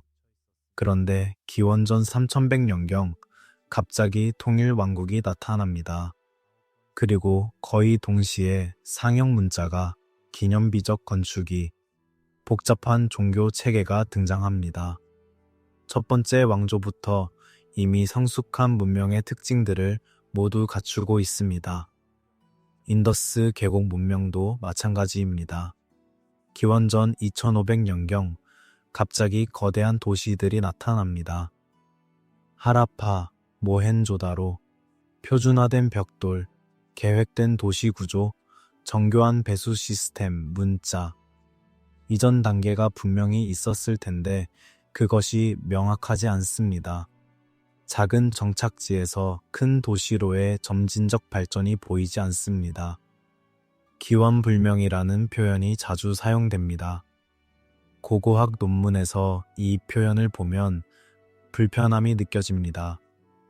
기원을 모른다는 것, 어디서 왔는지 모른다는 것. 이것은 인정하기 어려운 무지입니다. 학자들은 답을 제시하는 것이 직업입니다. 하지만 때로는 답이 없습니다. 데이터가 없습니다. 증거가 없습니다. 그래서 기원불명이라고 씁니다. 조심스럽게, 불편하게. 이전 단계가 완전히 사라졌다는 것은 가능한 일입니다. 고고학 기록은 불완전합니다. 대부분의 유기물은 분해됩니다. 나무, 가죽, 직물, 음식. 고대 사회의 대부분이 이런 재료로 만들어졌습니다. 초기 정착지들이 이런 재료로 지어졌다면 흔적이 거의 남지 않았을 것입니다. 특히 기후가 습하거나 산성 토양이라면 지식의 이동이라는 가능성도 있습니다. 어떤 집단이 이미 발전된 지식을 가지고 새로운 곳으로 이주했을 수 있습니다. 그들은 원래 살던 곳에서 오랜 시간에 걸쳐 문명을 발전시켰고 그 결과물을 가지고 다른 곳으로 갔습니다. 새로운 곳에서는 처음부터 시작할 필요가 없었습니다. 이미 알고 있었으니까요. 하지만 이것도 질문을 뒤로 미룰 뿐입니다. 그럼 원래 살던 곳은 어디인가? 거기서는 어떻게 발전했는가? 단절된 재등장이라는 개념도 흥미롭습니다. 문명이 한번 발전했다가 무너지고 오랜 시간이 지난 후 다시 발전하는 것. 두 번째는 첫 번째와 독립적으로 보이지만 실제로는 희미한 기억, 남아있는 흔적, 전설 속의 지식이 영향을 미쳤을 수 있습니다. 완전히 새로운 시작이 아니라 희미하게 기억된 과거의 재발견, 복잡성이 사라지는 현상도 주목할 만합니다. 문명이 무너질 때 단순히 사람이 줄어드는 것이 아닙니다. 사회 구조가 단순해집니다. 계층이 사라지고 전문화가 줄어들고 교역이 중단되고 도시가 버려지고 사람들은 다시 자급자족하는 작은 공동체로 돌아갑니다. 그리고 이 과정에서 지식이 사라집니다. 전문가가 사라지면 전문 지식도 사라집니다. 문명이 남긴 것보다 잃은 것이 더 많은 경우가 있습니다. 우리가 발견하는 유적은 빙산의 일각입니다. 돌로 된 것들, 불에 구워진 것들, 금속으로 된 것들, 이런 것들만 남습니다. 하지만 고대 사회의 대부분은 이런 것들로 이루어지지 않았습니다. 일상생활은 나무와 가죽과 직물과 음식으로 이루어졌습니다. 이런 것들은 사라졌습니다. 그리고 그것들과 함께 문화의 대부분이 사라졌습니다. 제도 기억의 붕괴는 특히 치명적입니다. 개인의 기억은 한 세대에 끝나지만 제도의 기억은 수백 년을 이어갈 수 있습니다. 하지만 제도가 무너지면 그 기억도 한순간에 사라집니다. 알렉산드리아 도서관의 소실을 생각해 봅시다. 수십만 권의 책이 사라졌습니다. 그 안에 담긴 지식, 그것을 쓴 사람들의 생각, 그들이 기록한 과거의 이야기들 모두 연기가 되었습니다. 일부는 다른 곳에 사본이 있었지만 많은 것들은 영원히 사라졌습니다. 발명이 아니라 회복이라는 가능성을 진지하게 고려해야 합니다. 우리는 모든 것이 처음 발명되었다고 가정합니다. 바퀴, 문자, 농경, 금속 재련. 하지만 만약 이것들이 이전에도 있었다면, 만약 사라졌다가 다시 발명되었다면, 우리가 최초라고 부르는 것은 사실 두 번째, 세 번째, 혹은 10번째일 수 있습니다. 문명의 취약성에 대해 조용히 성찰하게 됩니다. 우리는 문명을 견고한 것으로 생각합니다. 수천 년의 역사, 거대한 도시들, 강력한 기술. 하지만 역사는 다른 것을 보여줍니다. 문명은 취약합니다. 놀라울 정도로 취약합니다. 핵심 자원이 고갈되거나 기후가 변하거나 전염병이 돌거나 전쟁이 길어지면 무너집니다. 그리고 무너질 때는 빠릅니다. 순환 구조를 생각하게 됩니다. 일직선이 아니라 원, 올라갔다 내려오고 다시 올라가는 것. 문명은 한 번이 아니라 여러 번 일어났을 수 있습니다. 각각은 이전 것을 몰랐을 수도 있고 희미하게 기억했을 수도 있습니다. 신화가 되고 전설이 되고 결국은 잊혔던 과거, 그리고 우리는 그 순환의 한 지점에 서 있습니다. 다른 지점들을 보지 못한 채 밤은 깊어지고 당신의 생각은 원을 그립니다. 시작도 끝도 명확하지 않은 원. 순환하는 시간, 반복되는 패턴, 올라왔다 사라지는 문명들. 이 생각들은 불안하지 않습니다. 오히려 평화롭습니다. 자연스러운 것처럼 느껴집니다. 숨을 들이쉬고 내쉬는 것처럼, 파도가 밀려왔다 물러가는 것처럼. 재앙은 흔적을 남기지 않는다는 말은 역설적으로 들립니다. 재앙이라면 당연히 흔적을 남겨야 할 것 같습니다. 파괴의 증거, 재해의 층, 부러진 건물들. 하지만 가장 큰 재앙은 오히려 침묵합니다. 모든 것을 지워버리기 때문입니다. 화산을 생각해 봅시다. 폼페이는 유명합니다. 베수비오 화산이 분출했고 도시가 재해에 묻혔습니다. 하지만 폼페이는 보존되었습니다. 역설적이게도 재앙이 도시를 보호했습니다. 우리는 로마 시대의 일상을 폼페이를 통해 생생하게 볼 수 있습니다. 하지만 훨씬 더 큰 화산 폭발들이 있었습니다. 토바 화산의 분출, 7만 년 전쯤입니다. 인도네시아에서 분출했지만 그 영향은 전 지구적이었습니다. 화산재가 대기를 뒤덮었고 기온이 급격히 떨어졌습니다. 화산의 겨울, 몇 년, 어쩌면 몇십 년 동안 햇빛이 가려졌습니다. 식물이 죽고 동물이 죽고 인간도 죽었습니다. 유전학 연구에 따르면 인류는 거의 멸종 직전까지 갔습니다. 몇천 명만 살아남았을 수도 있습니다. 하지만 이 재앙의 직접적 증거는 거의 없습니다. 화산자의 층만 남아있을 뿐입니다. 사람들의 이야기는 사라졌습니다. 기후급변도 마찬가지입니다. 영거 드라이아스라는 시기가 있습니다.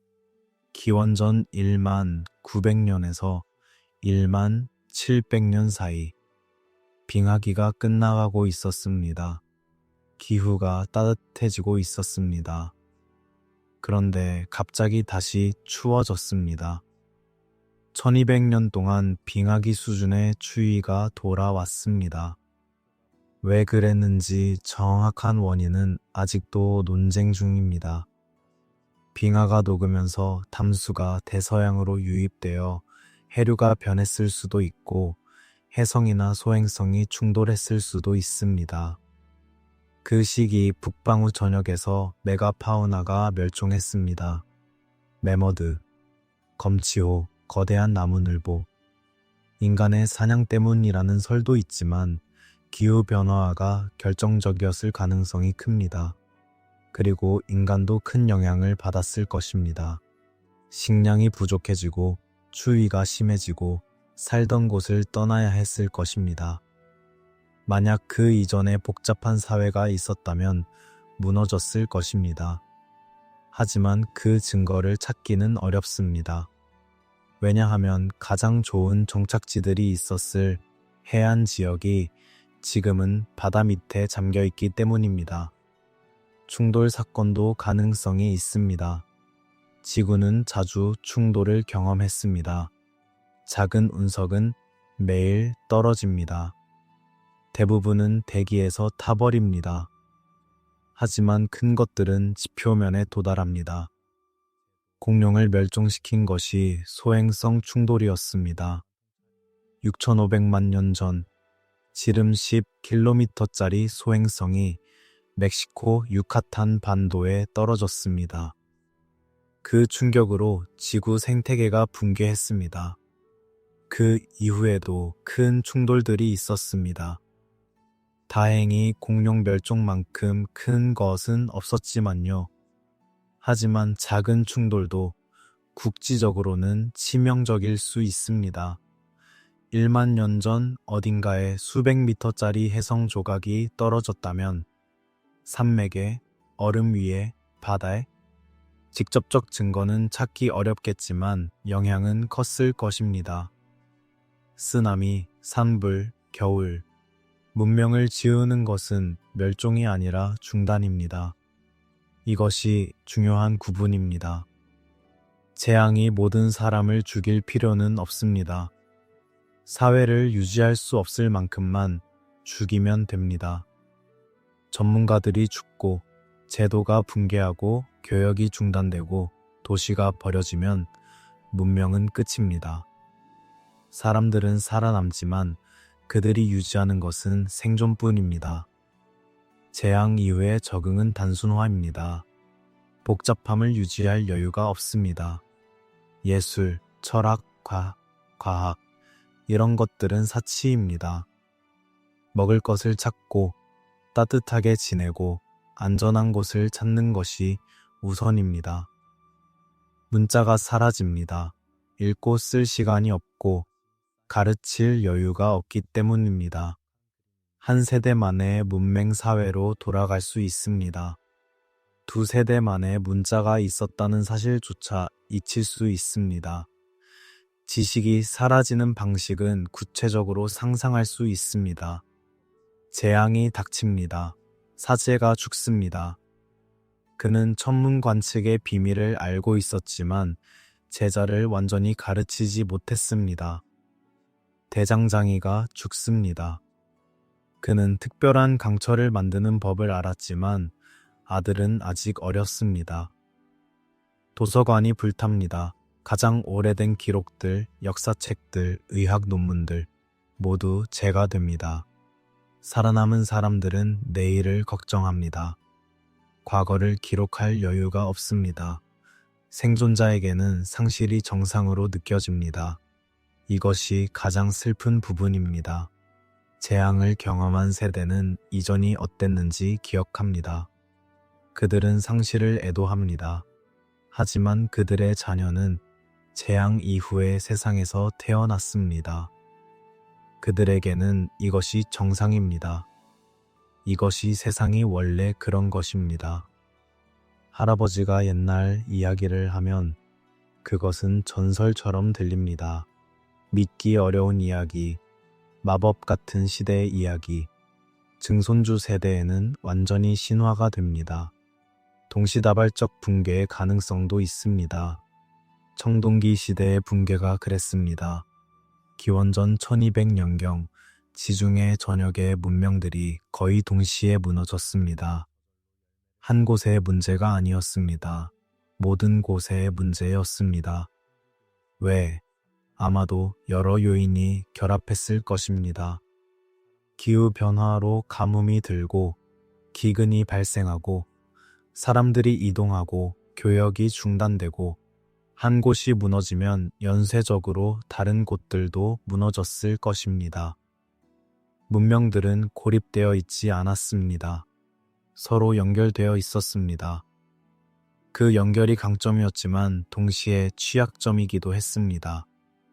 재앙이 만든 역사적 공백은 수백 년이 될 수 있습니다.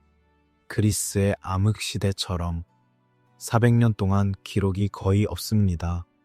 무슨 일이 있었는지 모릅니다. 사람들은 살았습니다. 농사를 짓고 아이를 낳고 죽었습니다. 하지만 그들의 이야기는 사라졌습니다.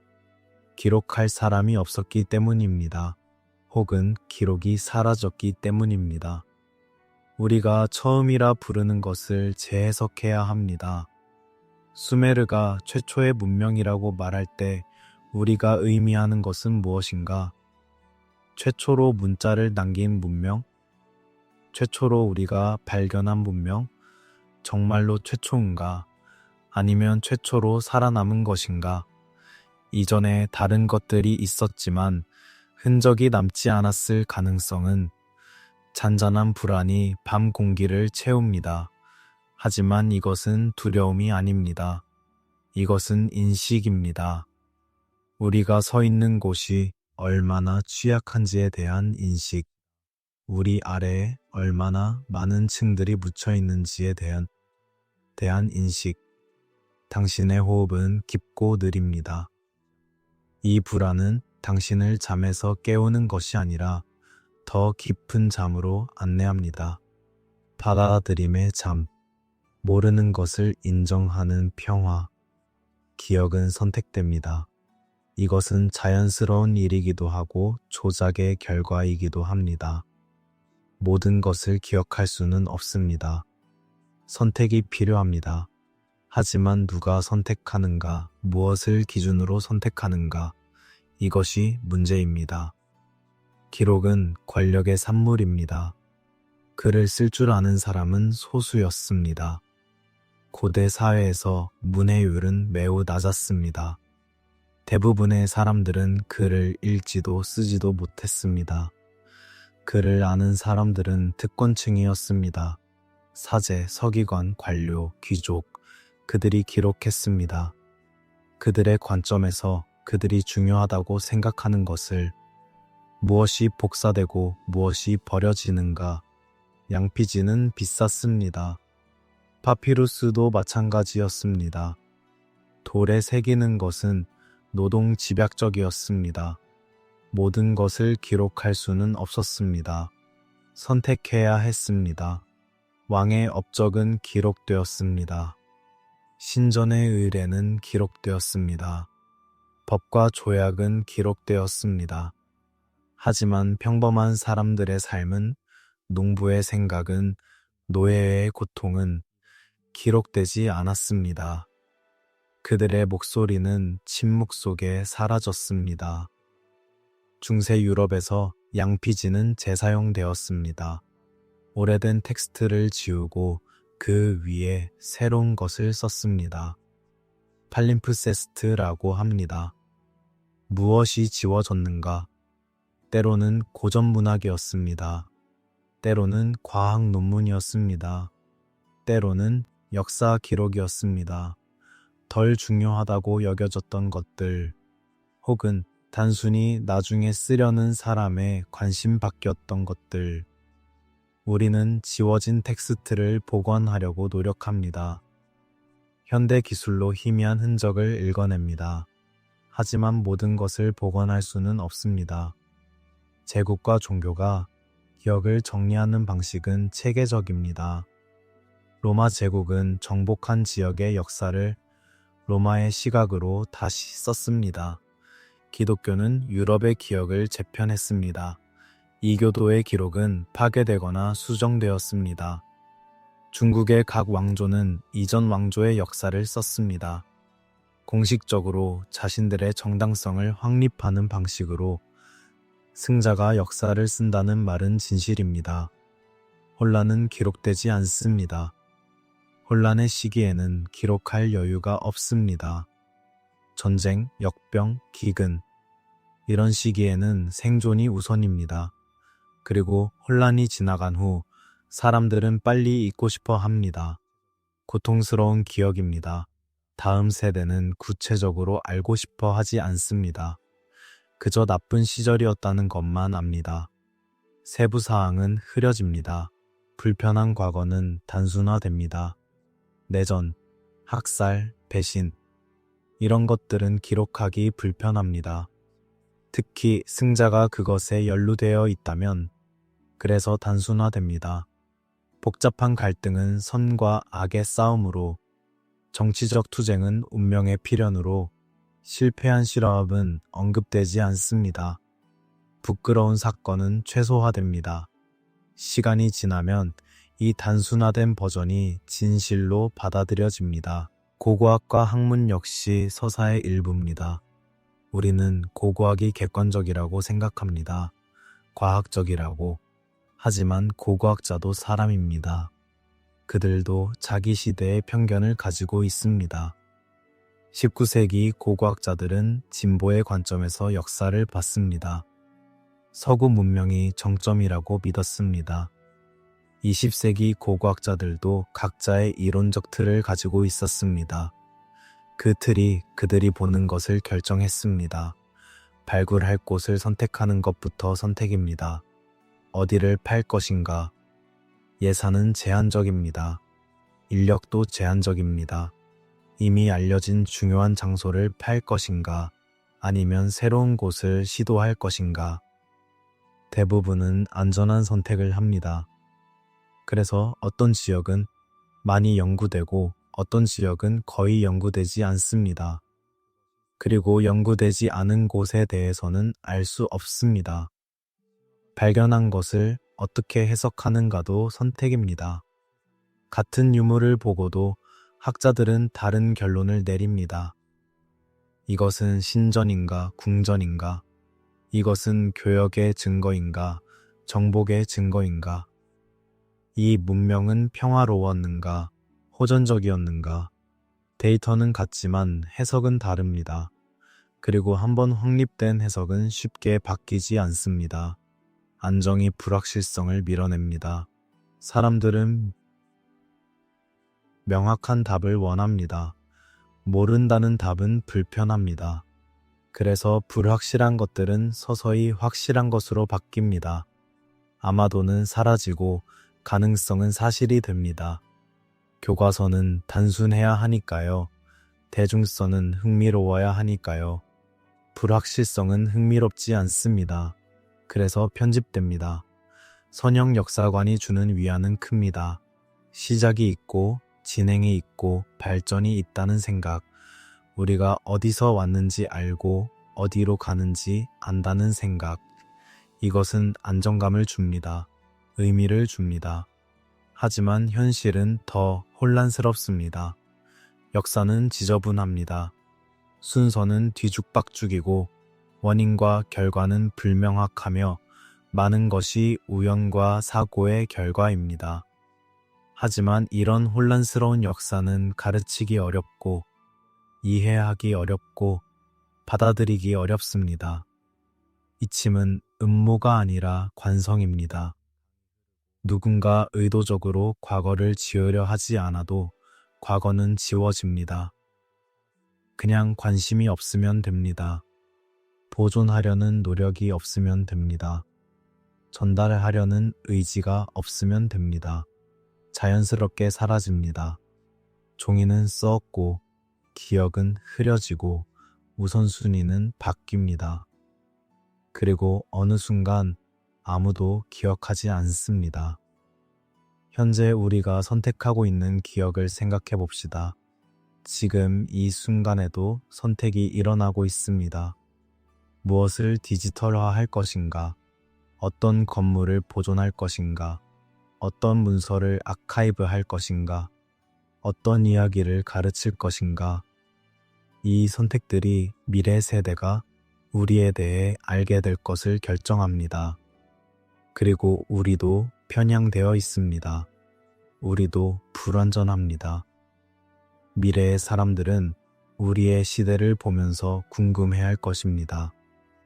왜 이것을 남기고 저것은 남기지 않았을까?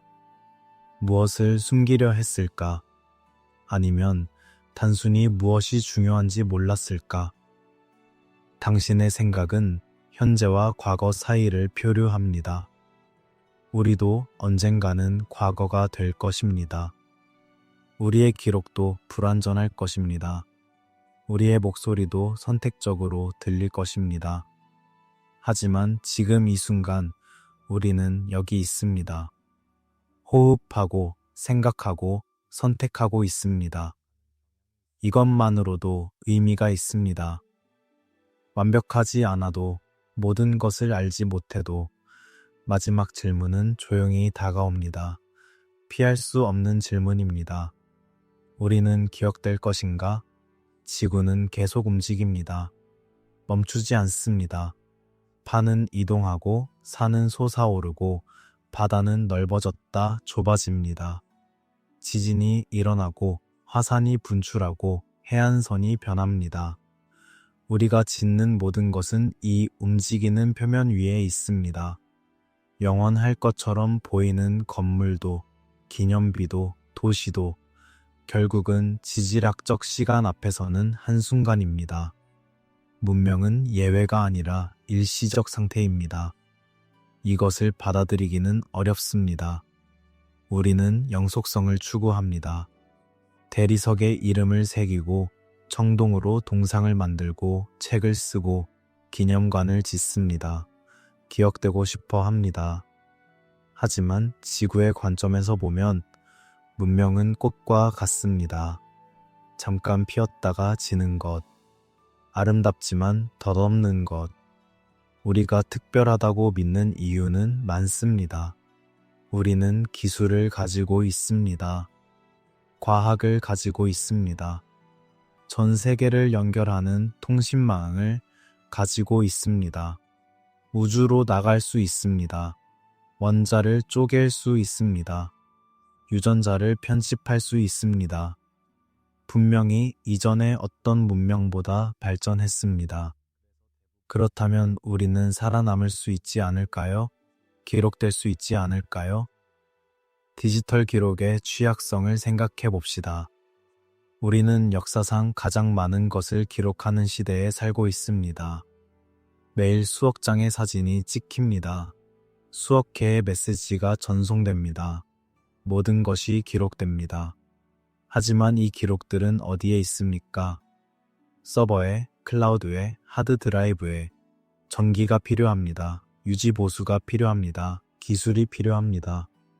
만약 전기가 끊기면, 만약 기술이 사라지면 디지털 데이터는 한순간에 접근 불가능해집니다. 하드 드라이브는 몇십 년만 지나도 읽을 수 없게 됩니다. 저장 형식이 구식이 됩니다. 소프트웨어가 더 이상 작동하지 않습니다. 우리는 이미 경험하고 있습니다. 20년 전에 파일들을 열지 못하는 경우가 있습니다. 호환성이 없기 때문입니다. 1000년 후에는 어떻게 될까요?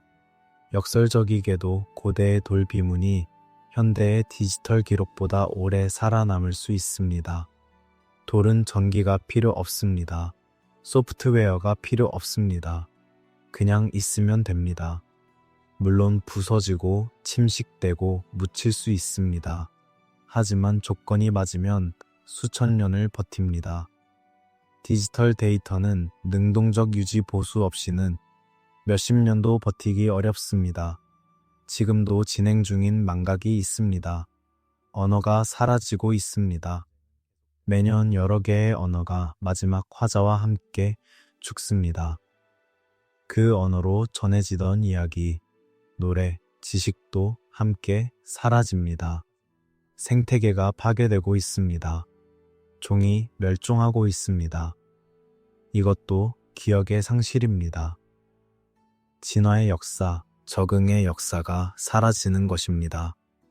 전통 기술이 사라지고 있습니다. 손으로 만드는 것들, 오래 전해지던 기법들, 경제적으로 비효율적이라는 이유로 버려집니다. 마지막 장인이 죽으면 그 기술도 죽습니다. 기계로 흉내낼 수는 있지만 똑같지는 않습니다. 미묘한 것들이 사라집니다. 과거를 잊은 존재로서의 인간을 생각해 봅시다.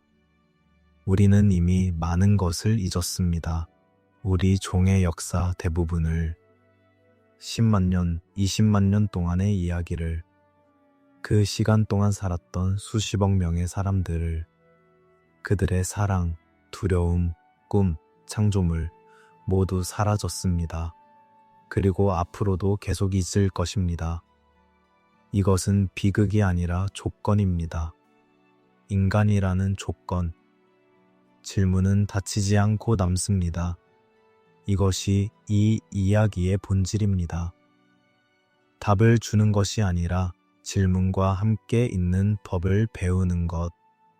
얼마나 많은 문명이 잊혔는가 이 질문에서 시작했습니다. 하지만 이제 질문은 바뀝니다. 우리는 잊힐 준비가 되어 있는가?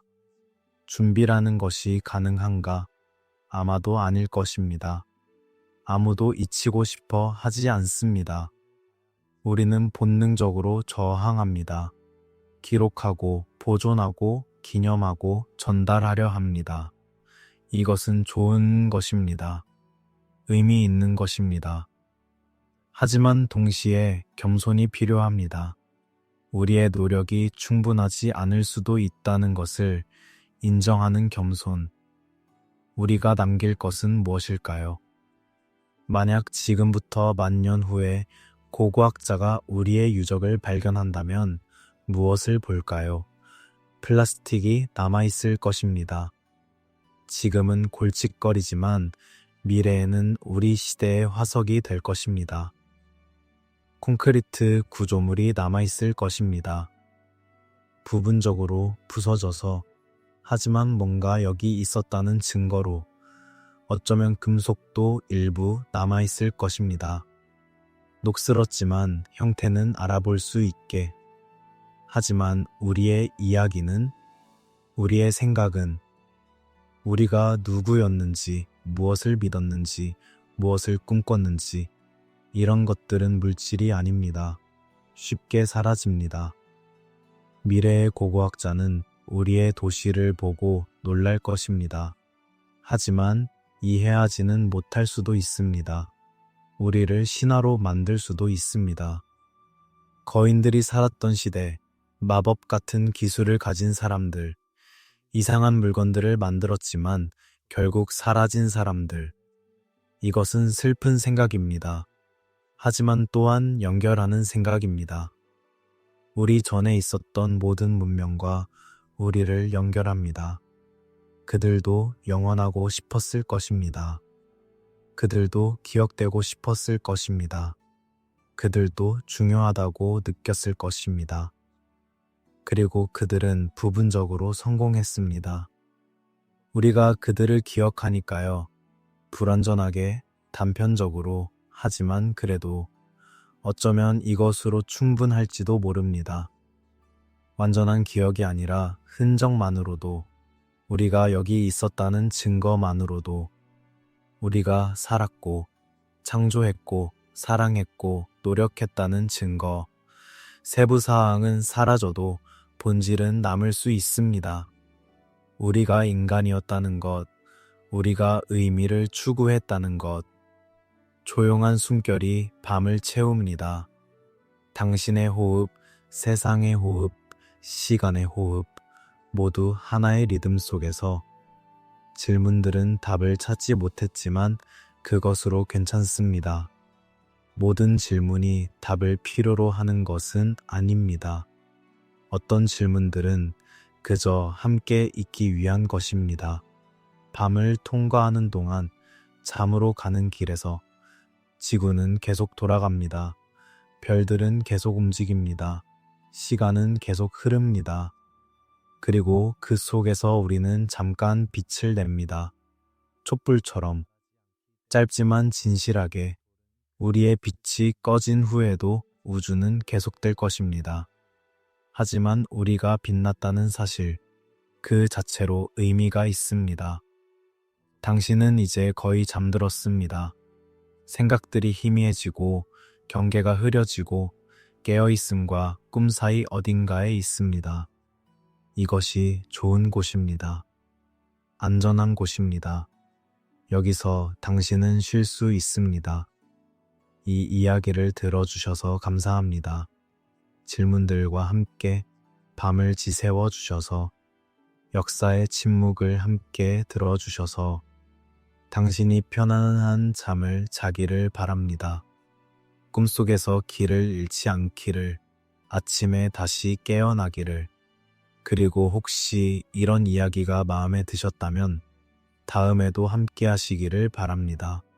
우리는 계속 역사 속을 걸을 것입니다. 침묵하는 시대들을, 잊혀진 목소리들을, 사라진 세계들을 함께 듣고 함께 궁금해하면서, 이 채널을 구독해 주시면 새로운 이야기들을 가장 먼저 만나실 수 있습니다. 후원을 해주시면 더 깊이, 더 멀리 탐험할 수 있습니다. 하지만 무엇보다 그저 여기 함께 있어 주신 것만으로도 충분합니다. 잘 자요. 편안한 밤 되세요. 역사는 내일도 기다리고 있을 것입니다. 조용히, 인내심 있게 우리가 다시 돌아오기를. 인간은 이상한 습관을 가지고 있습니다. 언제나 이전 시대를 상상한다는 습관, 더 나았던 시절, 더 순수했던 시절, 더 지혜로웠던 시절. 이것은 단순한 향수가 아닙니다. 너무 깊고, 너무 보편적이고, 너무 지속적입니다. 모든 문화가, 모든 시대가 이 감각을 공유합니다. 황금기에 대한 이야기는 어디에나 있습니다. 그리스인들은 크로노스의 시대를 이야기했습니다. 사람들이 신들과 함께 살았고 노동 없이도 풍요로웠으며 죽음조차 고통스럽지 않았던 시대. 힌두교에서는 사타유가, 완벽의 시대를 이야기합니다. 진리와 덕이 완전했고 사람들은 천년을 살았으며 세상은 조화로웠습니다. 중국의 고대 현자들은 사망고제의 시대를 이야기했습니다. 성인들이 다스리고 백성들이 평화로웠으며 하늘과 땅이 조화를 이루었던 시대. 아브라함계 종교들도 에덴 동산을 이야기합니다. 완벽했던 처음, 타락 이전. 아메리카 원주민들의 많은 전통에도 이전 세계들이 등장합니다. 나바호족은 4개의 이전 세계를 이야기합니다. 각각은 끝났고 생존자들이 다음 세계로 올라왔습니다. 호피족도 비슷한 이야기를 합니다. 3개의 이전 세계, 각각은 타락으로 끝났습니다. 이것은 우연이 아닙니다. 너무 광범위합니다. 너무 일관적입니다. 물론 문화마다 세부 사항은 다릅니다. 하지만 구조는 같습니다. 이전에 뭔가 있었다. 그것은 지금보다 나았다. 혹은 적어도 달랐다. 그것은 끝났다. 우리는 그 이후를 살고 있다. 선조의 지혜에 대한 집단적 상상도 비슷합니다. 우리 조상들이 우리보다 더 많이 알았다는 생각, 더 현명했다는 생각, 잊혀진 지식을 가지고 있었다는 생각, 이것도 거의 모든 문화에 있습니다. 때로는 신화로, 때로는 전설로, 때로는 종교적 가르침으로 단순한 향수라고 설명하기에는 뭔가 부족합니다. 물론 향수는 있습니다. 사람들은 자기가 경험하지 못한 과거를 미화하는 경향이 있습니다.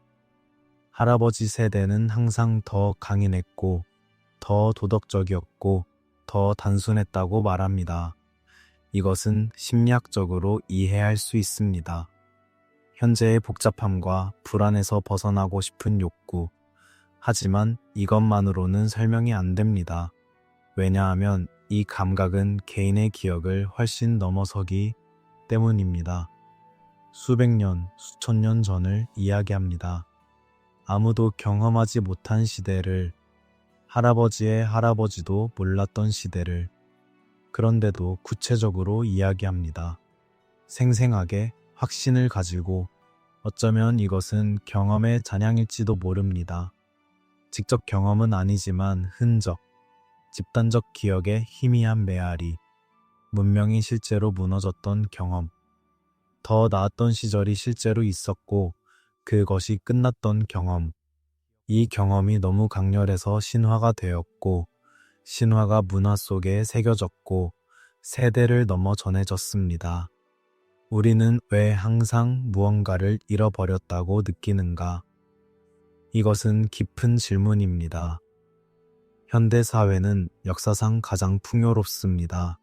가장 안전합니다. 가장 많이 압니다. 하지만 사람들은 여전히 뭔가 잃어버렸다고 느낍니다. 공동체를 잃었다고, 의미를 잃었다고, 연결을 잃었다고, 자연을 잃었다고. 이것은 단순히 불평이 아닙니다. 진실한 감정입니다. 기억보다 오래 살아남는 것이 있습니다. 감정의 기억입니다. 구체적인 사실은 잊혀져도 느낌은 남습니다. 불안, 상실감, 그리움, 이런 감정들은 이유를 잃어버린 후에도 계속됩니다. 세대를 넘어서도 전달될 수 있습니다. 부모의 트라우마가 자녀에게 영향을 미치듯이 명시적으로 이야기되지 않아도 분위기로, 태도로, 세계관으로 전달됩니다. 문명의 붕괴를 경험한 집단을 생각해 봅시다. 할아버지 세대는 큰 도시를 기억합니다. 풍요를, 안정을. 하지만 그것은 무너졌습니다. 아버지 세대는 혼란을 경험했습니다. 상실을, 이주를, 생존을 위한 투쟁을. 자녀 세대는 작은 마을에서 태어났습니다. 그들은 도시를 본 적이 없습니다. 하지만 할아버지의 이야기를 듣습니다. 아버지의 슬픔을 느낍니다. 그리고 뭔가 잃어버렸다는 감각을 가지고 자랍니다. 구체적으로 무엇인지는 모르지만 문화가 달라도 공통적으로 등장하는 것이 있습니다. 쇠퇴 이후의 현재라는 인식, 우리는 정점이 아니라 하락 중이라는 느낌, 이것은 역설적입니다. 왜냐하면 객관적으로는 발전하고 있는 경우가 많기 때문입니다. 인구는 늘고 도시는 커지고 기술은 발전합니다. 하지만 사람들은 뭔가 중요한 것을 잃어버렸다고 느낍니다. 발전서사와 충돌하는 것이 있습니다. 인간 내면의 불안. 우리는 진보를 믿으라고 배웁니다. 더 나아진다고, 더 발전한다고. 하지만 동시에 다른 목소리가 속삭입니다. 뭔가 잘못되고 있다고, 뭔가 잃어버리고 있다고, 이전이 더 나았다고. 이 두 목소리는 공존합니다. 갈등하면서도 함께 있습니다. 이전 세계를 상상하는 것은 심리적 안정을 줍니다. 이상하게 들리지만 사실입니다. 만약 이전이 더 나았다면 현재의 고통이 설명됩니다. 이것은 정상이 아니라 일탈입니다. 원래는 다른 방식이었습니다. 그러므로 다시 돌아갈 수 있습니다. 혹은 적어도 돌아가려고 노력할 수 있습니다. 이것은 희망을 줍니다. 기묘한 방식으로 역설적으로 하지만 희망을. 만약 현재가 정상이라면, 만약 이것이 인간의 조건이라면 더 나아질 가능성이 없습니다.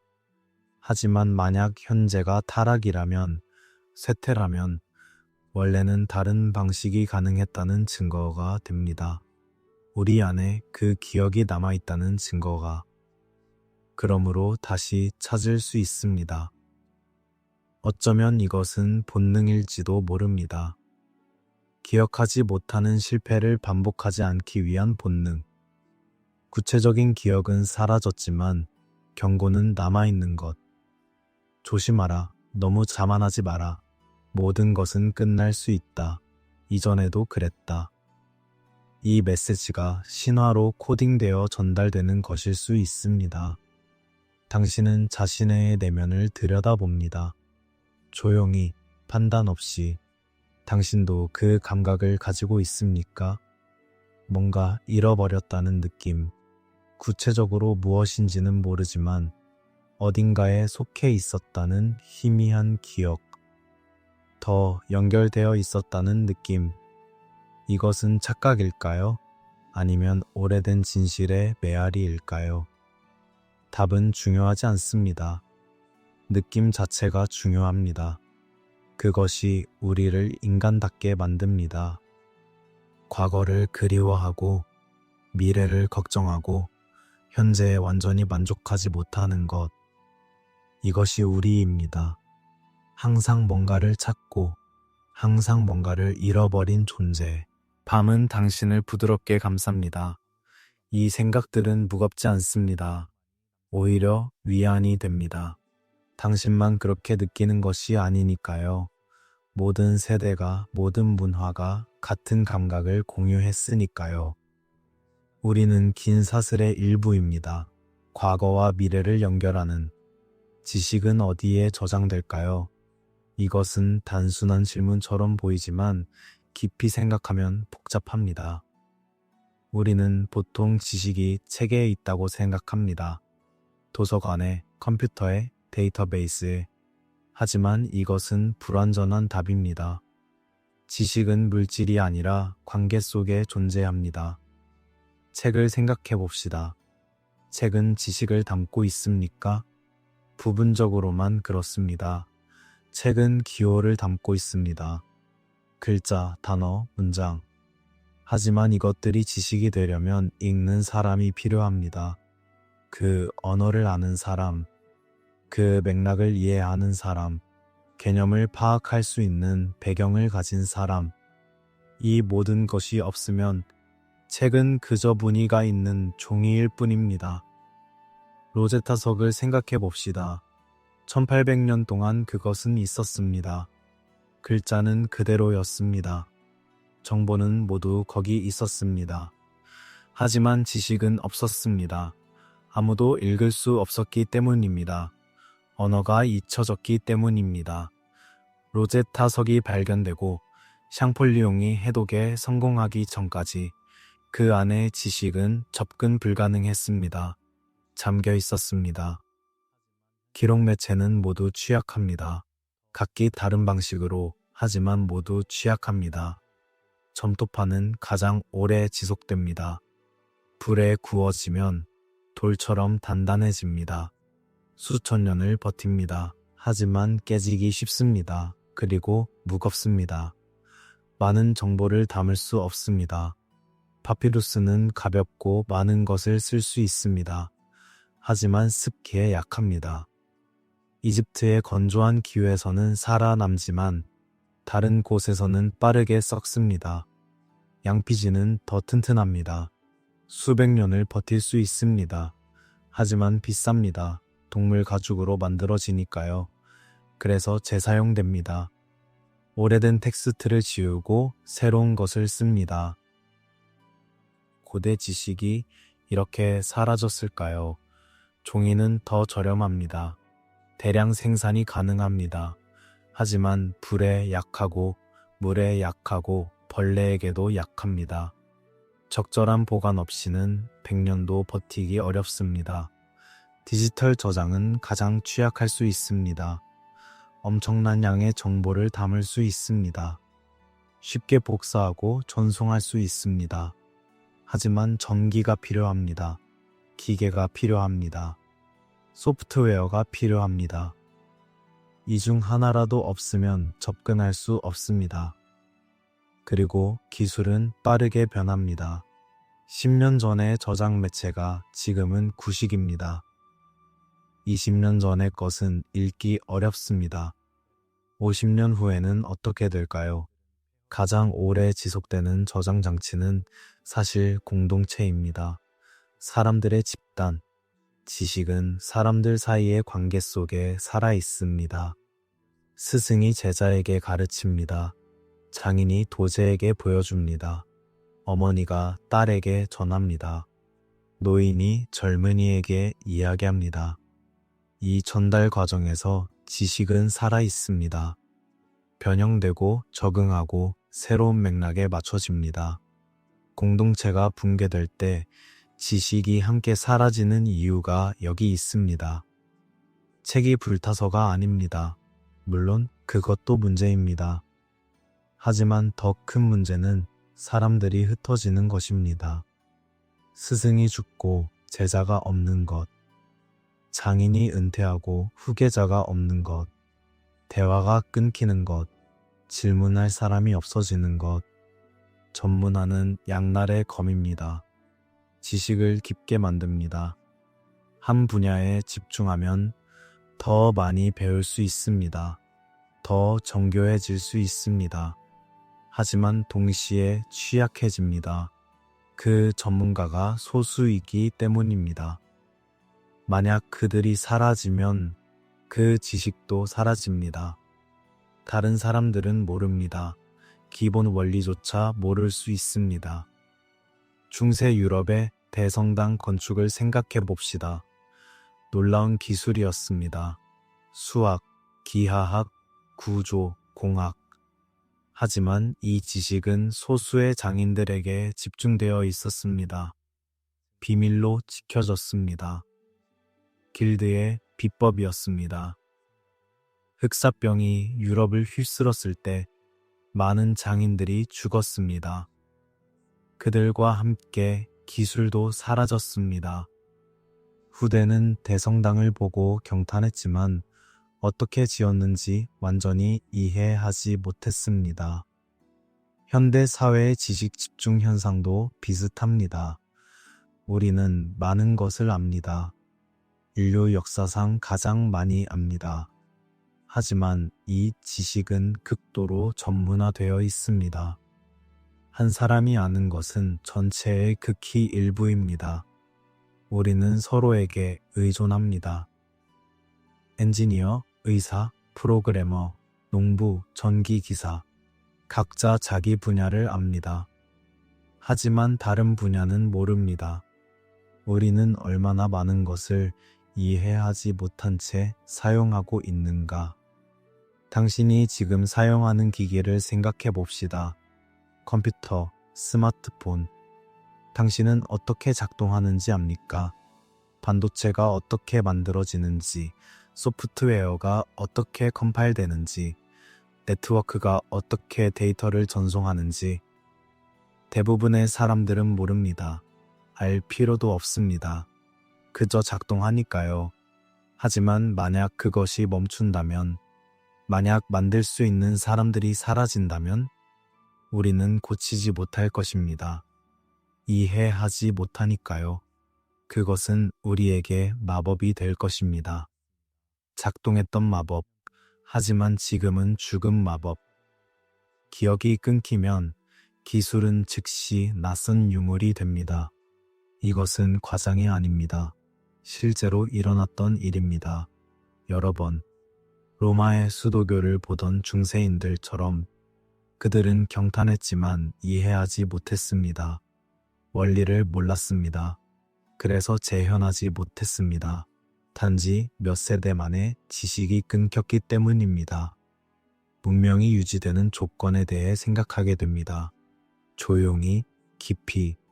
문명은 단순히 건물과 도구가 아닙니다. 문명은 지식의 네트워크입니다. 사람들 사이의 연결입니다. 배우고, 가르치고, 협력하고, 전달하는 과정입니다. 이 과정이 중단되면 문명도 중단됩니다. 물리적 구조물은 남아있어도 의미는 사라집니다. 당신의 호흡은 느리고 규칙적입니다. 이 생각들은 불안을 주지 않습니다. 오히려 연결을 느끼게 합니다. 우리는 모두 이 네트워크의 일부입니다. 지식을 받고 사용하고 전달하는, 완벽하지 않게 때로는 왜곡하면서, 하지만 그래도 이것이 우리가 하는 일입니다. 인간으로서. 문명은 항상 극적으로 끝나는 것은 아닙니다. 화산 폭발, 지진, 침략, 이런 것들은 드라마틱합니다. 기억됩니다. 기록됩니다. 하지만 대부분의 끝은 조용합니다. 너무 조용해서 당사자들조차 끝났다는 것을 인식하지 못할 정도입니다. 잘 자요. 편안한 밤 되세요. 역사는 내일도 기다리고 있을 것입니다. 조용히, 인내심 있게 우리가 다시 돌아오기를